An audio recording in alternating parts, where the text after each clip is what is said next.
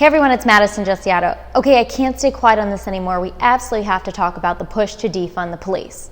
Now, of course, this is very unrealistic and probably will never happen, but the reality is while many people want you to think that this isn't actually what they're pushing for and that they're actually pushing for negotiation or a movement of funds from here to there, the reality is that there are people out there that want to completely dismantle and defund the police departments. Who's going to protect you? They want to take away your guns. They want to take away the police. We're a nation of law and order. We're a nation made up of laws that need enforced. The police department enforce those laws. They keep us safe. When there's a call for domestic violence, the police come out and protect families and communities.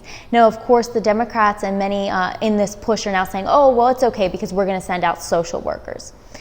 First of all, it's not safe to send out an unarmed person to a violent situation in which they could potentially be harmed or killed as well. As an attorney who's worked with domestic violence victims and at a firm who has years-long experience with domestic violence, I think this is just a completely asinine proposal. But on top of that, a lot of people are pointing to Camden, New Jersey, and they're saying, hey, look, Camden back in 2012 dismantled their police department, and look how successful they were.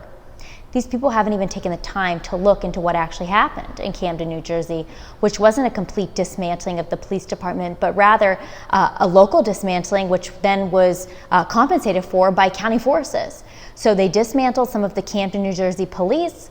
They brought in the county police department, which ultimately hired most or many of the Camden, New Jersey police officers, and then made up by hiring even more police officers, many of whom were not trained, were not members of the community, did not have the experience that the original police officers had. And you and I both know how important it is to know the community that you're serving. I mean, when we're thinking about solutions, this is one of the most important parts, I think, of what we need to be talking about is each individual community and serving the needs of that community because we're all different as communities. But the reality is that this police department went from being a 2/3 minority police department for a 95% minority community to a 43% minority police department, and they had more police presence. So it was a larger, less diverse police force ultimately. It just had on different uniforms because they were no longer Camden, New Jersey police. They were county or state police forces. So there's a big difference between what they want you to believe about the dismantling of the police and its ultimate effectiveness in places like Camden, New Jersey, and of course the reality of what we would see.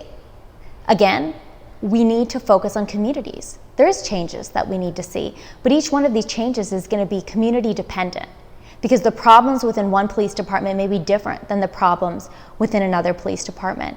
The solutions for that police department may be completely different from the solutions of another police department. But I can assure you that no matter the problems that we're seeing in Minneapolis or anywhere across this country, the answer is not to dismantle the police.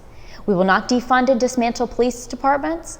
We will not put people at risk in communities, some of the most vulnerable communities across our nation.